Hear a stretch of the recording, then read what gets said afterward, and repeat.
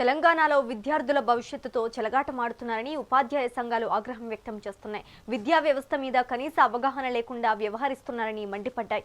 అర్హత లేని వారితో ప్రయోగాలు చేయటం సరికాదని ఉపాధ్యాయులు అన్నారు. విద్యా కమిషన్ చైర్మన్ ఆకునూరి మురళి సమర్పించిన విద్యా విధానం నివేదికపై ఉపాధ్యాయ సంఘాలు అభ్యంతరం వ్యక్తం చేశాయి. ఇక ఇదే అంశంపై మరింత సమాచారం మా ప్రతినిధి నరేష్ కుమార్ అందిస్తారు.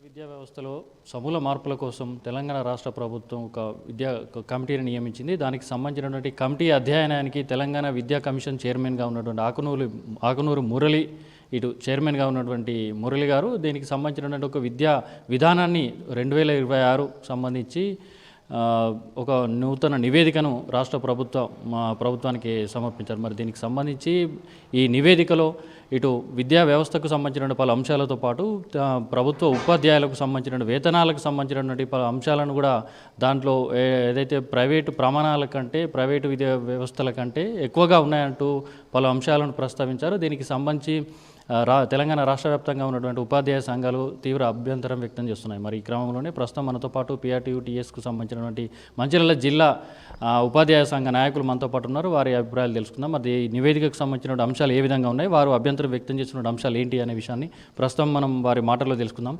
సార్ చెప్పండి, ఇప్పుడు విద్యా కమిషన్ చైర్మన్గా ఉన్నటువంటి ఆకునూరు మురళి గారు ఒక నివేదికను కూడా ముఖ్యమంత్రి గారికి సమర్పించారు. మరి దీనికి సంబంధించి మీరు ఏ విధమైనటువంటి అంశాలను స్వాగతిస్తున్నారు, వేటిని అభ్యంతరం వ్యక్తం చేస్తున్నారు? ముఖ్యంగా మీకు ఈ సమావేశానికి మాకు స్వాగతిస్తున్నాం. ఎందుకంటే ఆకునూరి మురళి కానీ ప్రభుత్వం ఏం చేసింది అంటే ఆయన విద్యా వ్యవస్థ మీద సర్వే చేసి నివేదిక ఇమ్మన్నది. ఎందుకంటే ప్రభుత్వ స్కూళ్ళలో స్టూడెంట్స్ తగ్గుతున్నారు, ప్రైవేట్ స్కూళ్ళలో పెరుగుతున్నారు. దాని గురించే మాత్రమే ఆయనను రిపోర్ట్ ఇవ్వమని అడిగితే అవి ఎందు గురించి అవన్నీ పక్కన పెట్టి ఉపాధ్యాయులకు జీతాలు ఎక్కువ ఉన్నాయని చెప్పి వేరే అడగని రిపోర్ట్ను ప్రభుత్వానికి నివేదించడం జరిగింది. అంటే ఒక ప్రభుత్వ ఉపాధ్యాయులకే జీతాలు ఎక్కువ ఉన్నాయా? మిగతా గవర్నమెంట్లో పనిచేసే ప్రతి ఒక్క ఉద్యోగునికి కంపల్సరీ జీతం ఉంది. PRC అనేది ఒక ఉపాధ్యాయులకే కాదు, ప్రభుత్వం ఇచ్చే PRC. గత ప్రభుత్వము 2 సార్లు PRC ఇచ్చింది. ఒకసారి 43%, ఒకసారి 37%, కానీ 30%. కానీ ఈ ప్రభుత్వం వచ్చి 2.5 సంవత్సరాలు అవుతుంది, కానీ ఒక్క DA కూడా ఇంతవరకు రిలీజ్ చేయలే. మొన్ననే కొట్లాడితే ఒక DA ఇచ్చిండ్రు, మొన్న డిసెంబర్లోకి ఇస్తా అన్నాడు, ఇంతవరకు ఇవ్వలే. 2.5 సంవత్సరాలు అవుతుంది. ఇప్పటికి PRC మాకు 7 సంవత్సరాలు అవుతుంది PRC ఇవ్వాల్సింది, PRC ఇవ్వలే. ఇంకా ఏదో ఈ ప్రభుత్వం మాకు జీతాలు ఇస్తే మేమేదో జీతాల మీద బతికినట్టు టీచర్లకు జీతాలు ఎక్కువ ఉన్నాయి, జీతాలు తగ్గించాలి అంటే మేము ఈ ప్రభుత్వ ఉద్యోగుల కన్నా కరెక్ట్ టైం అంటే టైం మెన్షన్ చేసేది, టైంకి మెయింటైన్గా బడికి స్కూల్కి వెళ్ళి సాయంత్రం వరకు టైం గవర్నమెంట్ కేటాయించిన టైంలో పనిచేసేది ఒక ఉపాధ్యాయుడు మాత్రమే. సార్ మీరు చెప్పండి, ఇప్పుడు ఏదైతే కొన్ని అంశాలు విద్యా వ్యవస్థకు సంబంధించినటువంటి మార్పులు జరగాలని చెప్పేసి కొన్ని సూచనలు కూడా చేశారు, ఆ నివేదికలు కూడా పొందుపరిచారు. మరి వేటిని మీరు స్వాగతిస్తున్నారు? ప్రస్తుతం ఇది విద్యా వ్యవస్థకు సంబంధించినటువంటి కమిటీలో అర్హత లేని వారు ఉన్నారని చెప్పేసి కొంతమంది ప్రస్తావించారు. దీనికి మీరేం చెప్తారు? Progressive recognised teachers union Telangana state మరి మంచిర్యాల జిల్లా శాఖ పక్షాన ఏదైతే రిపోర్ట్ ఇవ్వడం జరిగిందో ఆకునూరు మురళి గారు, దానికి సంబంధించి రేషనలైజేషన్ అనేది ఒకటి, అంటే విద్యార్థులు తక్కువ ఉన్నారు, ఉపాధ్యాయులు ఎక్కువ ఉన్నారని. దీన్ని PRTU ఎప్పుడో స్వాగతించింది. రేషనలైజేషన్ చేయమనే మేము అంటున్నాం. ఎక్కడైతే విద్యార్థులు ఎక్కువ ఉన్నారో అక్కడ టీచర్లను ఇవ్వండి, విద్యార్థులు తక్కువ ఉన్న కాడ టీచర్లను తీసేయండి. కాకపోతే అంతకుముందు గత ప్రభుత్వం ఇచ్చిన GOMS నెంబర్ 25 ఏదైతే ఉన్నదో దానిలో మార్పులు చేసి, అంటే 20 మందికి ఒక ఉపాధ్యాయుడు, 60 దాటితే 2 ఉపాధ్యాయులు అనే సిస్టమ్ ఏదైతే ఉన్నదో అట్లా కాకుండా ప్రతి క్లాస్ రూమ్కి ఒక ఉపాధ్యాయుడు ఉండే విధంగా చేయమని మేమందలా సూచించినాం. దానికి మేము వ్యతిరేకం కాదు, స్వాగతిస్తున్నాం. మేము ముఖ్యంగా వ్యతిరేకించేది ఏంటంటే ఉపాధ్యాయ లోకం మొత్తము ఒకటి, ఉపాధ్యాయులకి వేతనాలు ఎక్కువ ఉన్నాయి అన్నాడు.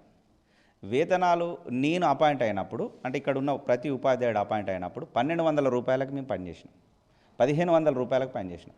కనీసం 30 సంవత్సరాలు ఎవరైతే పనిచేసినో వాళ్ళ వేతనాలు ఈరోజు 1,00,000 రూపాయలు ఉన్నాయి, 30 సంవత్సరాలు సర్వీస్ చేసిన వాళ్ళకి. ఇప్పుడు కొత్తగా అపాయింట్ అయిన SGT 2024లో మొన్న అపాయింట్ అయిన SGTకి 30,000 ఉన్నది జీతం. అందరికీ జీతాలు ఏం పెరగలే. పెరిగిన జీతం ఎవరికంటే కనీసం 30 సంవత్సరాలు సర్వీస్ చేసిన వాళ్ళకి పెరిగినాయి. సార్ మీరు చెప్పండి, ఇప్పుడు ప్రధానంగా ఏదైతే వీటికి సంబంధించిన నివేదిక సమర్పించింది, ఒకవేళ నివేదికను అమలు చేసే దిశగా ప్రభుత్వం గిట్ట ముందుకెళ్తే మీరు నెక్స్ట్ భవిష్యత్ కార్యాచరణ ఏ విధంగా ఉండబోతుంది, ఎట్లా ముందుకెళ్ళబోతున్నారు? అందరికీ నమస్కారం.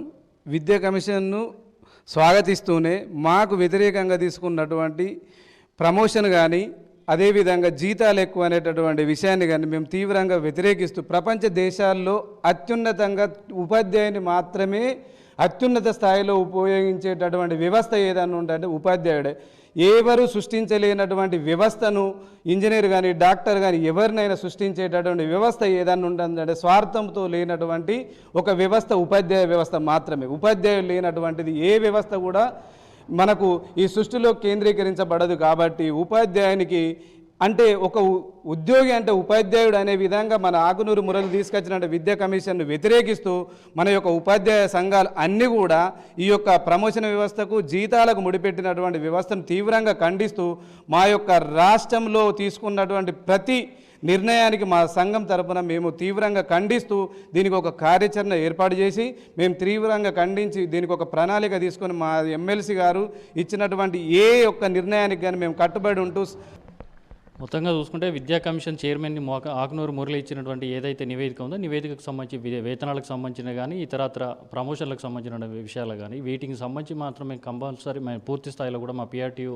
రాష్ట్ర శాఖ తరపునతో పాటు ఇటు 33 జిల్లాల వ్యాప్తంగా కూడా మేము ఖండిస్తున్నామని చెప్తున్నారు. అయితే ఏదైతే ఈ నివేదికలు సమర్పించిన నివేదికలను వెనక్కి తీసుకోవాలని మిగతా వాటికి సంబంధించి విద్యా వ్యవస్థలో ఏదైతే మార్పులు చేపట్టారో మార్పులకు సంబంధించినటువంటి కూడా వాటిని మేము స్వాగతిస్తున్నామని చెప్పేసి ఇక్కడ పిఆర్టీయూ శాఖ జిల్లా అధ్యక్ష కార్యదర్శులు చెప్తున్నటువంటి పరిస్థితి కనిపిస్తూ ఉంది. వీడియో జర్నలిస్ట్ మల్లేష్తో నరేష్, మెగానే టీవీ, మంచిర్యాల.